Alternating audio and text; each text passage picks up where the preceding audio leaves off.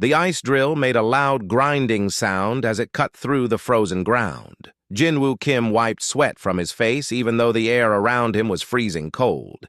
He had been working at this research station in Antarctica for 6 months now. Every day was the same. Drill holes, take samples, study the ice, but he loved his job. The ice told stories about Earth's past, and Jinwoo wanted to hear them all. "How deep are we now?" Nari Choi asked. She was his research partner and had become a good friend over the months. Nari was smart and always asked the right questions. "About 200 meters, Jinwoo said. He checked the drill's display. "The ice here is thousands of years old. Imagine what we might find." Nari smiled. "You always get excited about old ice. Most people would think this place is boring." "Most people don't understand," Jinwoo replied. He pulled up another section of ice core. The frozen cylinder was clear and beautiful. "Look at this. Each layer is like a page in a history book." Commander Hyak Park walked over to them. He was older than both scientists and had been a soldier before coming to Antarctica. "You two need to be more careful," he said. "The weather. Report shows a big storm coming tonight." "We're almost done," Jinwoo said. "Just one more sample and we can go inside."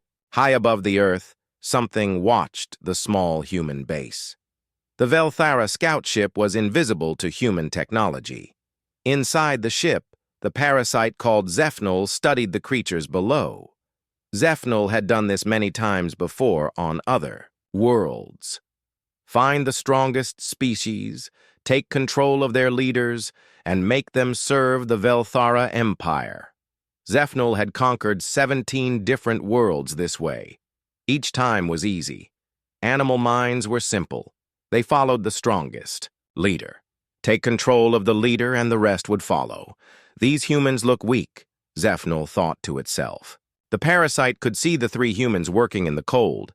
They moved slowly and seemed to care about each other. This was not how strong species acted. Strong species fought and dominated. These humans helped each other and shared their food. But humans were the dominant species on this planet. Zephnol had watched them for days. They had cities and machines and weapons. They must have some kind of strength, even if it was not obvious. Zephnol chose the young male scientist as its target. He seemed healthy and was clearly important to the others. Taking control of him would be easy. Then Zephnol could learn about human weaknesses and report back to the hive mind. Down on the ice, Jinwoo finished packing the last ice sample. The storm clouds were getting darker, and the wind was getting stronger. "Time to go inside," Nari said. "I'm getting cold." "In a minute," Jinwoo replied. He was looking at something strange in the ice sample. There was a dark spot inside the clear ice. It looked almost like a small bug, but that was impossible. Nothing could live in ice this old. "Jinwoo, we need to go now," Hyak called out.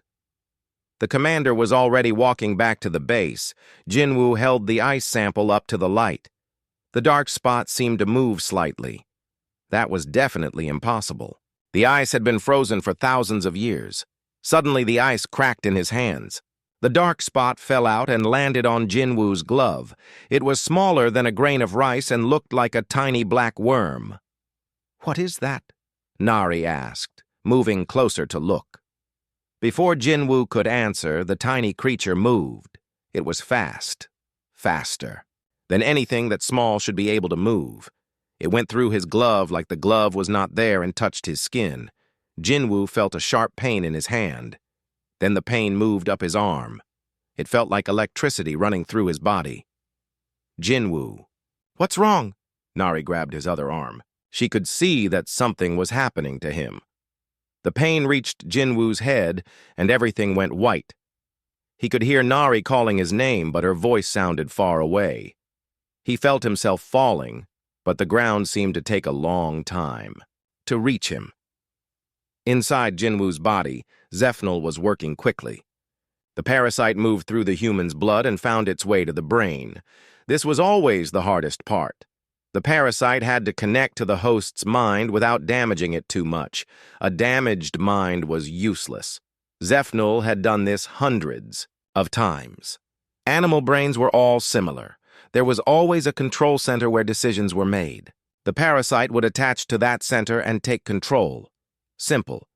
But when Zephnul reached Jinwoo's brain, something was wrong. The human's mind was not organized like other animal minds. There was no single control center. Instead, there were millions of connections going everywhere.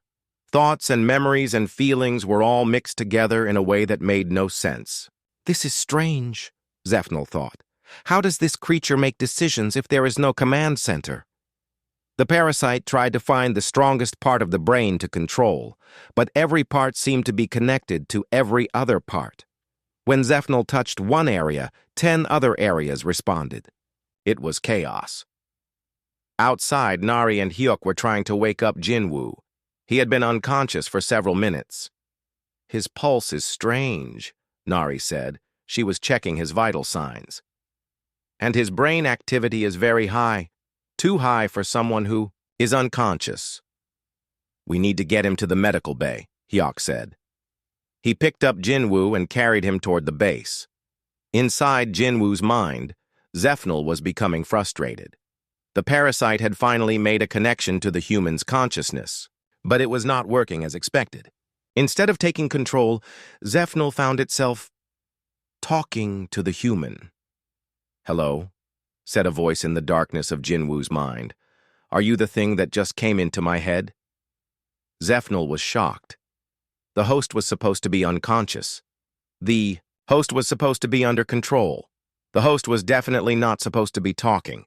"You will obey me," Zephnul commanded, using the mental force that had worked on every other species. "That's not very polite," Jinwoo's mental voice replied. "I don't even know who you are. Why would I obey you?" "Because I am Zephnul of the Velthara. I have conquered 17 worlds. You are now my host, and you will serve me." There was a pause. Then Jinwoo's voice came back, and it sounded curious. 17 worlds.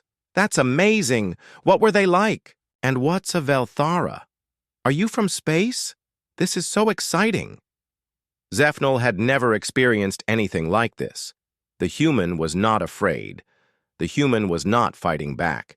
The human was asking questions like they were having a friendly conversation. For the first time in its long life, the mighty parasite Zephnul was completely confused. Jinwoo woke up in the medical bay 12 hours later. His head hurt, and he felt like someone else was in his thoughts. But that was impossible, right? "You're awake." Nari was sitting beside his bed. She looked worried and tired. "How do you feel?" "Strange," Jinwoo said honestly. "Like someone is watching my thoughts." Dr. Minji Yoon appeared on the computer screen. She was a psychiatrist who worked with the research team through video calls from Seoul. "Can you describe this feeling more clearly, Jinwoo?" Jinwoo thought about it. Inside his mind, he could sense something that was definitely not him. It felt curious and confused and a little bit angry. "It's like having a voice in my head," he said. "But not my voice, someone else's voice." "That could be a concussion," Dr. Yoon said. "You hit your head when you fell. Sometimes brain injuries can cause hallucinations." But Jinwoo knew it was not a hallucination. The presence in his mind was real. He could feel it thinking its own thoughts. "Hello again," Jinwoo thought to the presence. "Are you still there?" "I am Zephnul," came the reply. "And you are supposed to be under my control." "Why?" Jinwoo asked with genuine curiosity. "What do you need control for?" Zephnul was quiet for a moment. The parasite was still trying to understand what had gone wrong. In its species' long history, no host had ever talked back like this. "My people need to study your species," Zephnul finally answered. "We take control of the strongest members of each species to learn about them." "Oh, that makes sense," Jinwoo thought. "But you could just ask us. We love to share information. What do you want to know?" This response made Zephnul even more confused. Every other species had fought the mental invasion. They had been afraid or angry. This human was treating it like a guest who had come to visit. Daiho Lim, the communications officer, noticed that Jinwoo was acting strangely during dinner. Jinwoo would start to say something, then stop and listen to nothing. Sometimes he answered questions that nobody had asked. "Are you feeling okay?" Daiho asked. "You seem distracted." "I'm fine," Jinwoo said. Then he paused and tilted his head, like he was listening to someone. "Actually, Zephnal wants to know what you mean by okay. It's having trouble understanding the concept." Everyone at the table stopped eating. Nari put down her fork and stared at Jinwoo. "Who is Zephnal?" Hyuk asked carefully. Jinwoo realized he had said something strange. "Oh, sorry. Zephnal is the visitor in my head. It's trying to learn about humans." "Jinwoo," Nari said gently, "there's nobody in your head. You might be having some kind of reaction to your accident." But inside Jinwoo's mind, Zephnal was becoming more frustrated. The parasite tried again to take control of the human's body. It pushed with all its mental strength, trying to force Jinwoo's hand to reach out and grab Nari's throat. Jinwoo felt the push and easily stopped it. "Hey, that's not nice," he told Zephnal. "Why would you want to hurt Nari? She's my friend." "Friends are a weakness," Zephnal replied. "Strong creatures do not need friends." "That's silly," Jinwoo thought back. "Friends make us stronger. When I'm sad, Nari helps me feel better. When she has problems, I help her. Together we can solve problems that neither of us could solve alone." Zephnal had no response to this. In the parasite's experience, creatures helped each other only when they were forced to. The idea of voluntary cooperation was completely foreign. Dr. Yoon had been listening to Jinwoo's strange behavior through the video call. "Jinwoo, I want you to come back to Seoul for some tests. This behavior is concerning." "I can't leave right now," Jinwoo said. "Zephnal is still learning, and it might get confused without me to explain things." "You're talking about this Zephnal like it's real," Hyuk said. "That's not healthy." Jinwoo looked around the table at his concerned friends. He could understand why they were worried. If someone had told him a week ago that an alien parasite was living in his brain, he would not have believed it either. "Let me prove it," Jinwoo said. He closed his eyes and concentrated. "Zephnal, can you tell me something that I wouldn't know?" Inside his mind, the parasite was reluctant to help, but it was also curious about these strange humans and their concept of friendship. "There is a storm coming," Zephnal said. "Much larger than your weather systems predicted. It will arrive in 6 hours. Jinwoo opened his eyes. "Check the weather reports again. Zephnal says a big storm is coming in 6 hours. Daiho pulled up the weather data on his tablet. "The reports say clear skies for the next 2 days. Check the satellite images," Jinwoo suggested. Daiho's expression changed as he looked at the newest satellite data. "There's a massive storm system that wasn't there an hour ago. It's moving very fast toward us." Everyone stared at Jinwoo. How could he have known about a storm that didn't show up on their instruments? "Zephnal can see things we can't," Jinwoo explained. "Its people have very advanced technology." That night, as the unexpected storm hit the research station, Nari ran medical scans on Jinwoo. The results were impossible to explain. His brain showed 2 different patterns of activity. It was like 2 different minds were sharing the same brain. "This is fascinating," Nari whispered as she looked at the scans. "If this is real, it's the discovery of the century." Inside Jinwoo's mind, Zephnal was having its own crisis. The parasite had been exposed to human memories and emotions for a full day now.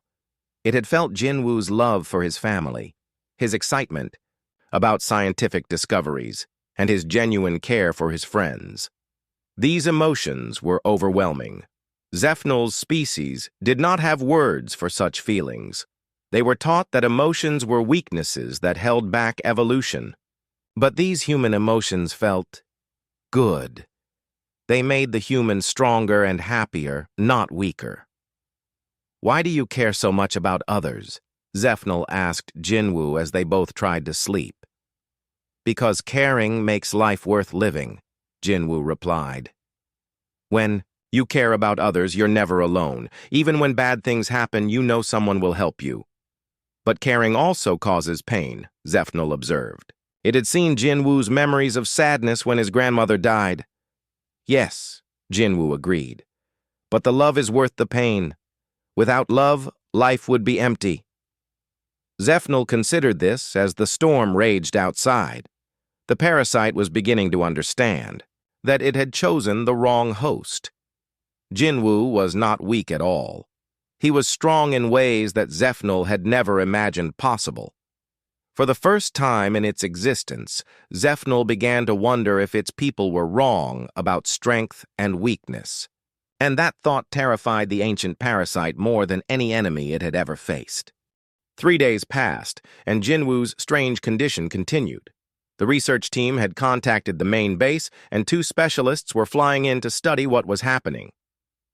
Jinwoo spent most of his time having long conversations with Zephnel. The parasite was becoming less demanding and more curious about human behavior.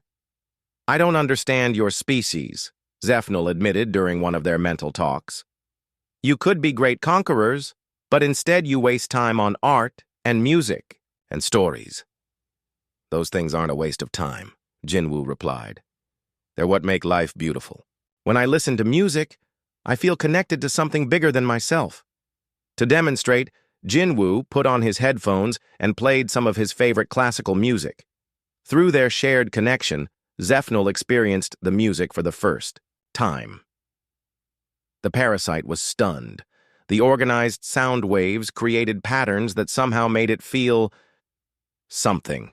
There was no purpose to the music, no strategic value, but it was beautiful in a way that Zephnel could not explain. "What is this feeling?" Zephnel asked. "Joy," Jinwoo replied. "Pure happiness that serves no purpose except to make you feel good." Soo-young Han and Junho Kang arrived at the research station that afternoon. Soo-young was a quantum physicist who specialized in unusual energy patterns. Junho was a military specialist sent to determine if Jinwoo posed any security threat. "The brain scans are incredible," Soo-young said after examining Nari's data. "There are definitely 2 distinct consciousness patterns. It's like nothing I've ever seen." Junho was more suspicious. "If there really is some kind of alien presence, it could be dangerous. We should consider isolation protocols." "Zephnel isn't dangerous," Jinwoo said. "It's just confused about humans." "How can you be sure?" Junho asked. Jinwoo paused to have a quick mental conversation with his passenger. "Because it's starting to like us. It never expected to enjoy being here." Inside Jinwoo's mind, Zephnel was indeed confused about its own feelings. The parasite had been exposed to human emotions for days now, and they were affecting its thinking in ways it didn't understand. When Jinwoo remembered his sister Yoonji's wedding, Zephnel experienced the joy and love that filled the celebration.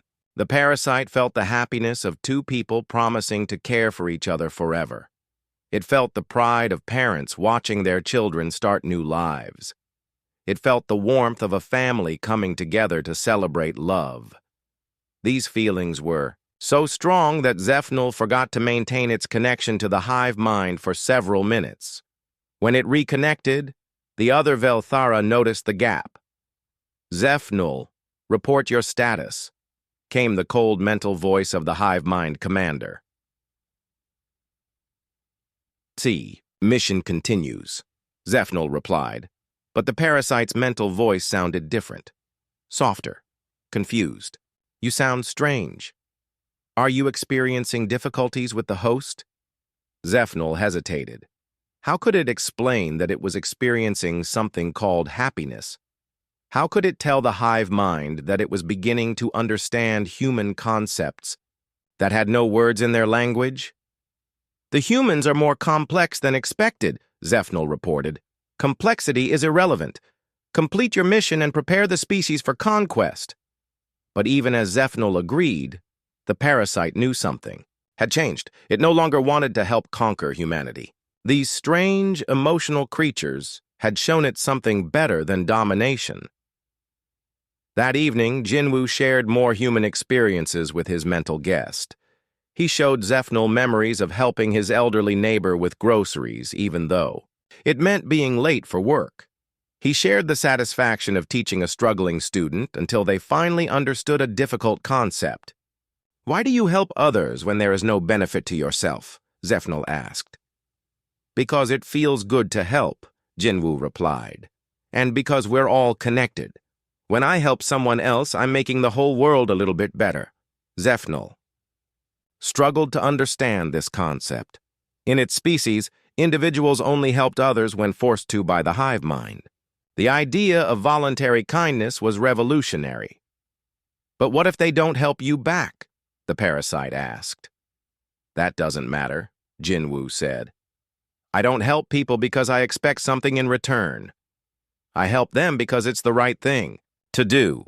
The concept of right and wrong was another mystery to Zephnel. The Velthara had only one rule: obey the hive mind. Everything else was determined by what was most efficient for conquest. "How do you decide what is right?" Zephnel asked. "By asking if it helps or hurts others," Jinwoo explained. "If an action causes unnecessary pain, it's probably wrong. If it helps someone or makes them happy, it's probably right." As the days passed, Zephnel found itself caring about Jinwoo's well-being. When the human was tired, the parasite felt concerned.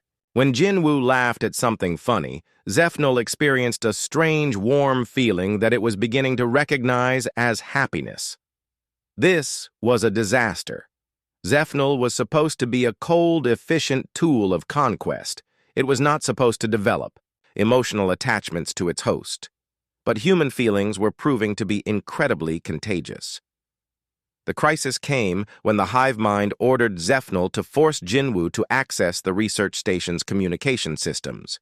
The Velthara wanted to send a message to world governments, demanding surrender. "I can't do that to him," Zephnel told the hive mind. "He trusts me." The silence that followed was terrible. No Velthara had ever refused a direct order from the hive mind. "You have been contaminated," the hive mind declared. "You will be recalled immediately for cleansing." "No," Zephnel said, and the word sent shockwaves through the mental link. "I won't let you hurt Jinwoo or his people." "Then you are no longer Velthara," the hive mind replied coldly. "You are a traitor to your species." The mental connection was severed, leaving Zephnel alone for the first time in its existence. The parasite felt a crushing loneliness, but also something else: freedom. "I'm sorry, Jinwoo," Zephnel said. "I think I've made things worse. My people are coming and they're angry." Jinwoo felt his mental companion's distress and immediately tried to comfort it. "It's okay. We'll figure something out. You're not alone anymore. You have me." For the first time in its long life, Zephnel understood what humans meant by friendship. And despite the danger approaching Earth, the parasite felt something it had never experienced before: hope. The Velthara fleet moved toward Earth faster than any human technology could detect. 12 massive ships filled with parasites ready to invade and conquer. The hive mind was furious about Zephnel's betrayal and wanted to end the contamination before it could spread. At the research station, Jinwoo woke up screaming. The mental anguish from Zephnel was so intense that it affected his physical body. Nari and the others rushed to help him. "What's happening?" Nari asked, holding Jinwoo's shaking hands. "They're coming," Jinwoo gasped. "Zephnel's people. They want to destroy Earth because of what happened to it."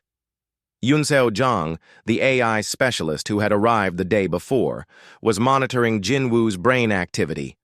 "The neural patterns are going crazy. It's like there's a war happening inside his head." Inside Jinwoo's mind, Zephnel was experiencing something like a complete mental breakdown. The parasite had spent its entire existence connected to the hive mind. Now, suddenly alone, it felt lost and terrified.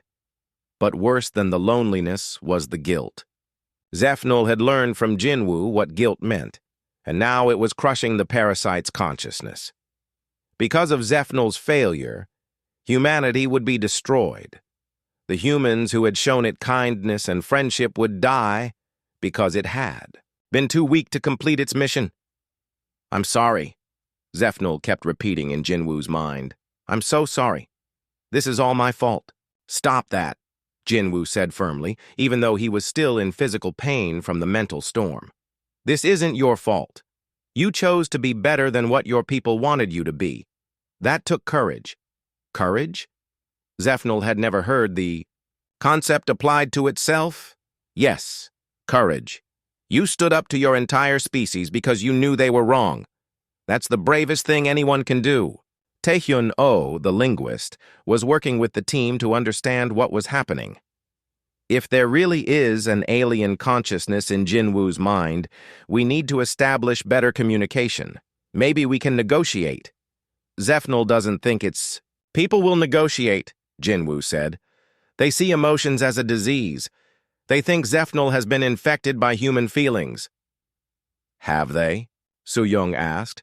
Jinwoo smiled despite his pain. Definitely. Zephnul is more human than Velthara now. The comment made Zephnul think. Was that true? The parasite examined its own thoughts and realized that Jinwoo was right. Zephnul now valued friendship over conquest, cooperation over domination, and love over fear. By its species' standards, it had indeed become more human than Velthara. "I don't want to be Velthara anymore," Zephnul admitted. "I want to be like you." "You already are like us," Jinwoo replied. "You care about others. You feel guilt when you hurt someone. You want to protect people you love. Those are human qualities." But their conversation was interrupted by something terrible. Zephnul's desperate emotional state was broadcasting across space through the residual connections to other Velthara. The parasite's guilt, fear, and newfound love were being transmitted to every member of its species. The effect was immediate and catastrophic. Velthara, who had never experienced emotions, suddenly felt overwhelming waves of human feelings. Younger parasites, who had less mental conditioning, were the most affected. On the lead ship, Commander Kethvar felt the emotional contamination spreading through the fleet. Several young Velthara were asking questions they had never asked before. Why did they conquer other species? What was the purpose of endless domination? Was there another way to live? "Isolate all contaminated units," Kethvar ordered. "This human infection must not spread further." But it was too late. The emotional concepts were proving to be virally contagious. Love, friendship, compassion, and hope were spreading through the Velthara fleet like wildfire. Many parasites were experiencing their first taste of what humans called happiness, and they didn't want to give it up. On Earth, Jinwoo collapsed again as Zephnul's mental screaming intensified. The parasite was broadcasting its pain across the galaxy, but also something else, its love for humanity and its desperate desire to protect them. "Make it stop," Jinwoo begged. "Zephnul is hurting so much." Dr. Yoon still connected through video. Link had an idea. "Jinwoo, try to show Zephnul some happy memories. Strong, positive emotions might help balance the negative ones." Jinwoo focused on his favorite memories. Christmas morning with his family when he was 8 years old. The day he graduated from university and saw his parents crying with pride. The first time he looked through a microscope and saw the amazing world of tiny life forms. As these happy memories flowed through their connection, Zephnul began to calm down. The parasite experienced the pure joy of a child opening presents, the satisfaction of achieving a difficult goal, and the wonder of scientific discovery. "These feelings are beautiful," Zephnul whispered in Jinwoo's mind. "How did humans develop such amazing emotions?" "Evolution," Jinwoo replied. We survived because we worked together. Emotions help us cooperate and care for each other. Love made us stronger, not weaker. In space, the Velthara fleet was in chaos. Half the ships had crews that were questioning their mission. Young parasites who had felt human emotions were refusing to participate in the invasion. Some were even suggesting that they should try to communicate with humans instead of conquering them. "This is impossible," Kethvar raged. "How can feelings be so powerful that they can change our very nature?" But older, wiser Velthara on the command ship were beginning to understand. They had always wondered why humans dominated their planet despite being physically weak compared to other Earth species. Now they realized that human emotions were not a weakness at all. They were humanity's greatest strength. Emotions allowed humans to form bonds that lasted longer than any individual life. Parents sacrificed for children, friends helped friends, and communities supported their members. This cooperation let humans accomplish things that no individual could do alone. Perhaps, one ancient Velthara suggested carefully, "We have been wrong about the nature of strength." The suggestion was treasonous, but other Velthara were beginning to think the same thing. If emotions made species stronger instead of weaker, then everything they believed about evolution and conquest might be incorrect. Back on Earth, Zephnel had finally stopped screaming. The parasite was exhausted but no longer in agony. The human emotions it had absorbed were teaching it new ways to think and feel. "Jinwu," Zephnel said quietly, "I want to help save your people. Will you work with me?" "Of course," Jinwu replied without hesitation. "We're friends. Friends help each other." The concept of friendship had completely transformed Zephnel. The parasite that had come to conquer Earth was now willing to fight its own species to protect humanity. And that transformation was spreading through the Velthara fleet, changing the course of galactic history. The research team worked through the night to understand what was happening. Yongho Seo, a diplomatic advisor from Seoul, had been flown in to help manage what might be humanity's first contact with alien life. "We need to establish clear communication," Yongho said. "If these aliens are really coming to Earth, we need to talk to them." Suman Lee, a young translator who specialized in non-human communication systems, was studying the patterns in Jinwu's brain scans. "The neural activity suggests a complex language system. Maybe we can learn to communicate with them directly." Jinwu was sitting up in bed, feeling much better now that Zephnel had calmed down. "Zephnel says its people don't usually talk to other species. They just take control of them." "But things are different now," Nari observed. "Zephnel has changed. Maybe its people can change too." Through their mental link, Zephnel was sharing information about the approaching fleet. The parasite explained that many of the younger Velthara were experiencing human emotions for the first time and were confused about what they meant. "They feel things they don't understand," Zephnel told Jinwu. "Love, compassion, hope. These concepts don't exist in our language, so they can't even talk about what they're experiencing. Then we need to teach them," Jinwu said. "Just like you taught me about your people. We can teach them about emotions." Zephnel was amazed by this suggestion. After everything its species had done to humanity, Jinwu still wanted to help them. This was pure human generosity, offering assistance to those who had come as enemies.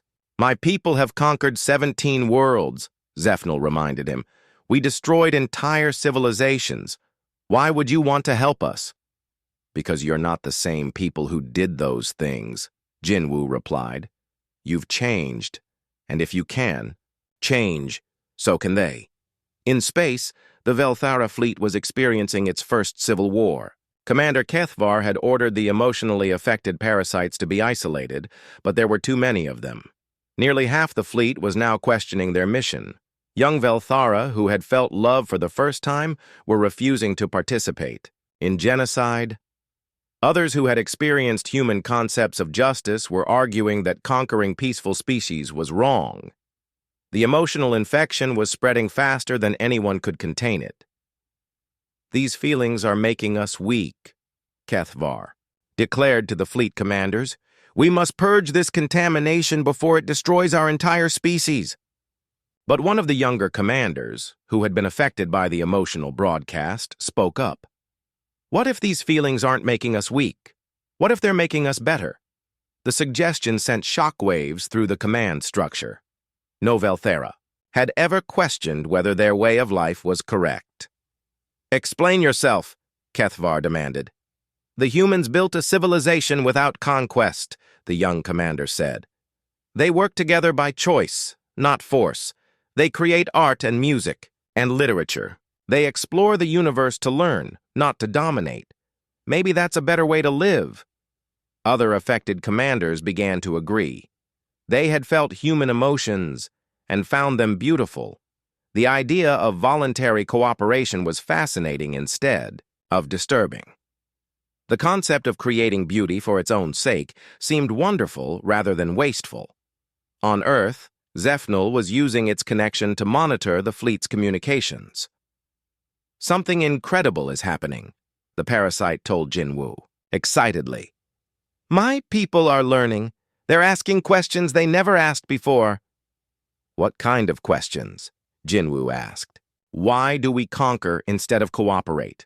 What is the purpose of endless domination? Is there meaning beyond survival? They're thinking like humans now. The research team was amazed by what they were witnessing. Humanity's first contact with aliens was turning into something nobody had expected. Instead of invasion, it was becoming a lesson in emotional evolution. This is unprecedented, Young-ho said. We're not just meeting aliens. We're teaching them how to feel. Dr. Yoon, still connected by video, was fascinated by the psychological implications. What you're describing is essentially therapy on a species-wide scale. Human emotions are healing trauma that these beings didn't even know they had. Zephnel confirmed this analysis. We were taught that emotions were weakness, but now I understand they are strength. Love makes you want to protect others. Compassion makes you want to help them. Hope makes you believe things can get better. These are powerful forces. The breakthrough came when one of the young Velthara commanders broke away from the fleet and approached Earth alone.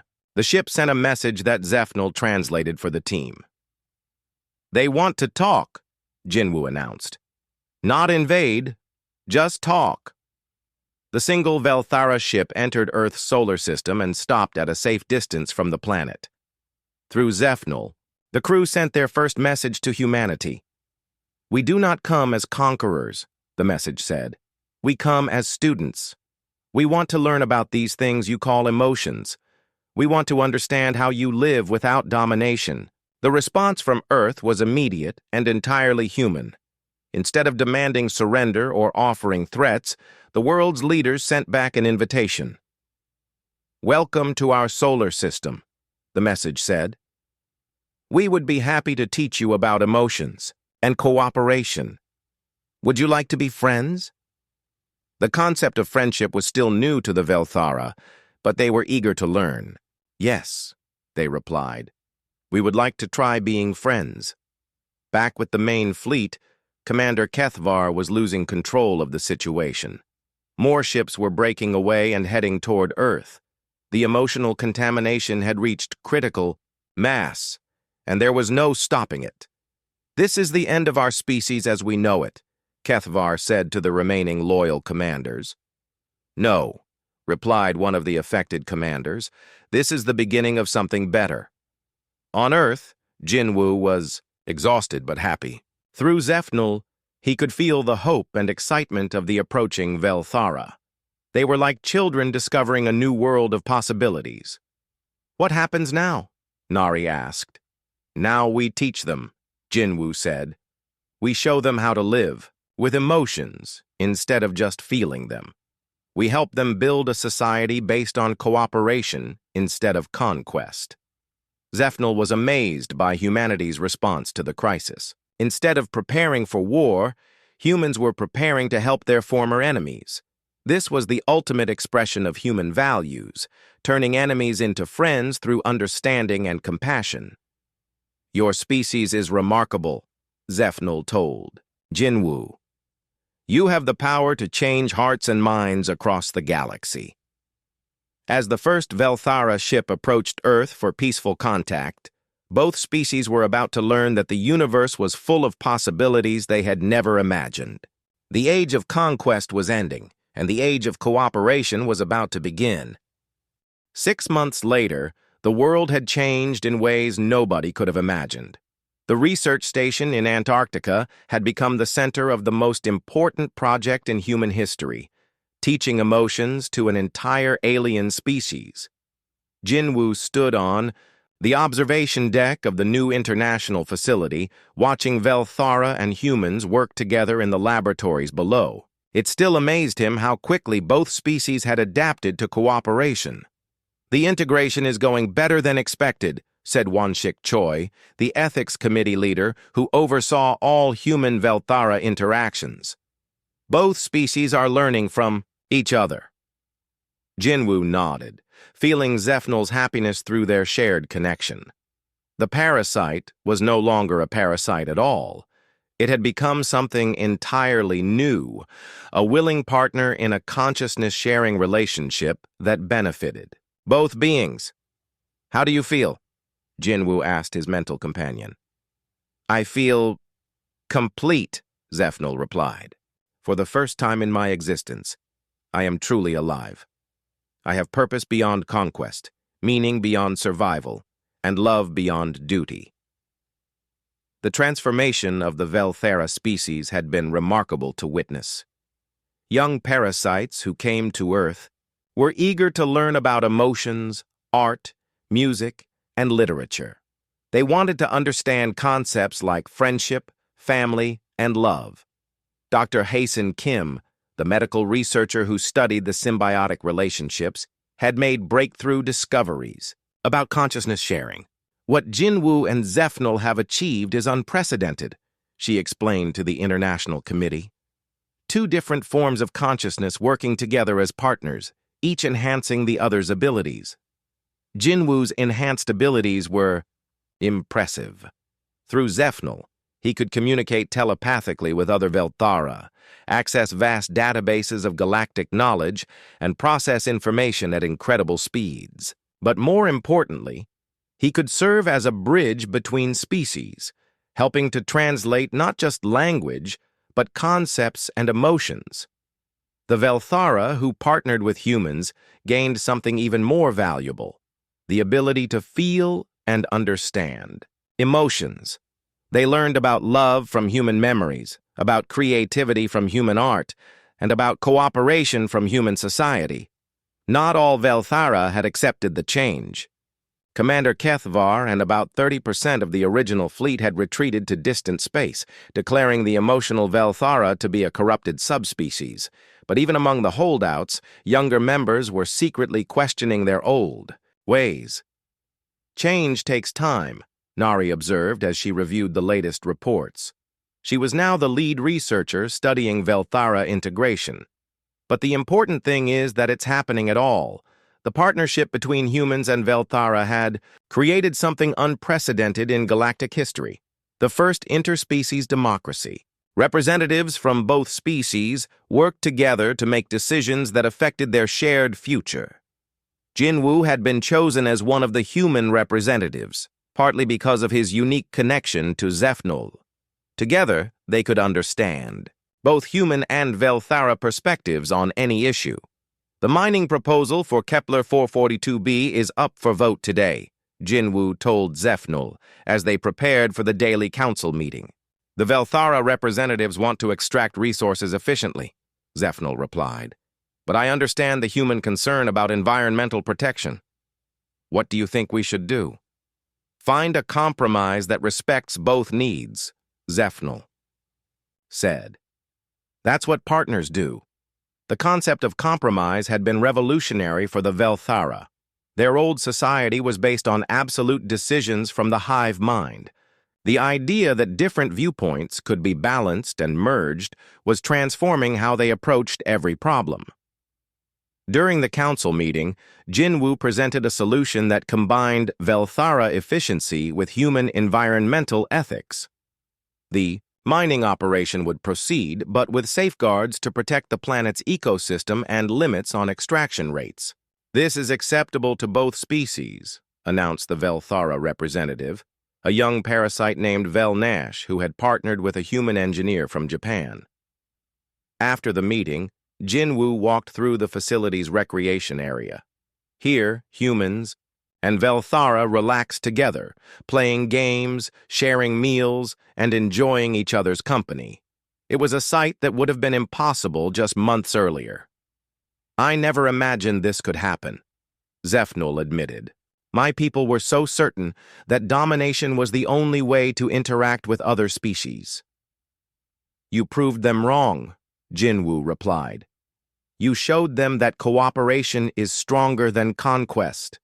The most remarkable development had been the emergence of what scientists called hybrid consciousness. Some human Velthara partnerships had become so integrated that the boundaries between the two minds began to blur. They remained separate individuals but could share thoughts, memories, and emotions instantly. Jinwoo and Zephnul were among the most integrated partnerships. They could function as one consciousness when needed, but also maintain their individual identities. It was like having a best friend who was always with you, understanding you completely. The galaxy is taking notice, Zephnul reported, accessing communications from distant star systems. Other species have heard about what happened here. Some are asking for human emotional consultants to help them develop cooperation-based societies. This was the most unexpected outcome of the whole situation. Humanity, which had barely begun to explore space, was suddenly being recognized as the galaxy's experts on cooperation, emotion, and peaceful coexistence. We're getting requests from the Zephyrian Collective, the Andorian Trade Federation, and even the reclusive crystal singers of Vega, Zephnul continued. Everyone wants to learn how to build societies based on voluntary cooperation instead of forced hierarchy. Jinwoo felt a deep sense of pride, not just for humanity, but for what all conscious species could achieve when they worked together. We'll help them, he decided. Everyone deserves to experience the joy of friendship and cooperation. The transformation wasn't just happening on Earth. Throughout Velthara space, the emotional revolution was spreading. Planets that had been conquered and oppressed were being liberated. Former slave species were being offered partnership instead of domination. My people are becoming gardeners instead of destroyers, Zephnul observed with wonder. We're helping civilizations grow instead of consuming them. As the sun set over the Antarctic facility, Jinwoo stood on the observation deck and watched the lights of human and Velthara ships moving through the sky. Each ship represented a mission of cooperation, exploration, or assistance to other species. What do you think the future holds? Jinwoo asked his partner. Infinite possibilities, Zephnul replied. When conscious beings choose cooperation over competition, there's no limit to what they can achieve together. 6 months ago, a parasite had chosen Jinwoo as a host for conquest. Now that same being was his closest friend and partner in building a better galaxy. It was proof that even the most fundamental aspects of a species could change when exposed to the right influences. Thank you, Zephnul said quietly. For what? Jinwoo asked. For teaching me how to be more than what I was born to be. For showing me that strength comes from love, not fear. For being my friend. Jinwoo smiled, feeling the warm presence of his mental companion. Thank you for choosing me, even if it didn't work out the way you planned. It worked out better than I ever imagined possible, Zephnul replied. As night fell over Earth, humans and Velthara across the galaxy continued their work of building a better universe together. The age of conquest was over. The age of friendship had begun.